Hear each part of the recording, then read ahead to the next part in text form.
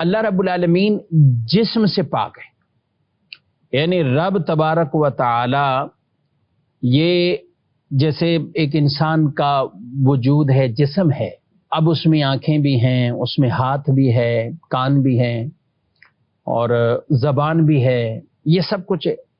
تو یہ ہم ان اعضاء کے محتاج ہیں۔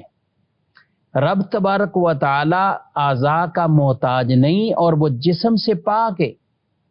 وہ جسم اور جسمانیات جو کچھ بھی اس کے لوازمات ہیں وہ ان تمام چیزوں سے پاک ہے۔ رب تبارک و تعالی دیکھتا ہے، ان اللہ بصیر بالعباد، اور سمیع بصیر قرآن میں کتنی جگہ فرمایا گیا۔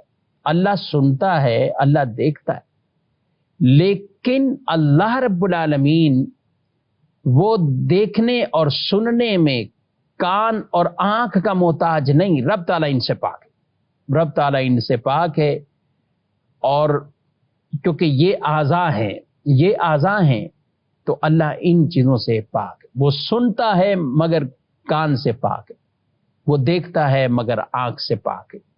تو لہذا رب تبارک و تعالی کے لیے اگر کوئی جسم کہے یا جسم ثابت کرے یا رب کا جسم مانے معاذ اللہ، تو یہ بھی کفر ہے، یہ بھی کفر ہے۔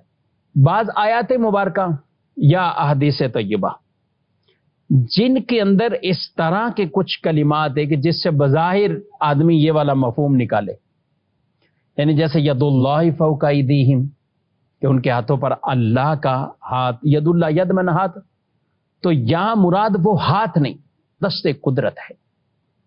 اسی طریقے سے رب تبارک و تعالیٰ کی ذات کے لیے اگر کچھ ایسے کلمات، اور ان آیات کو بھی آیات متشابہات سے بیان فرمایا گیا کہ جن سے مراد اللہ جانتا ہے، اللہ کے بتانے سے اللہ کے پیارے محبوب صلی اللہ علیہ وسلم وہ جانتے ہیں۔ تو اس لیے ان سے یہ چیز نہیں نکالنی کہ رب تبارک و تعالیٰ کے لیے بھی وہ اعضاء ثابت کرنے، ایسا ہرگز نہیں، اور یہ درست بھی نہیں ہے۔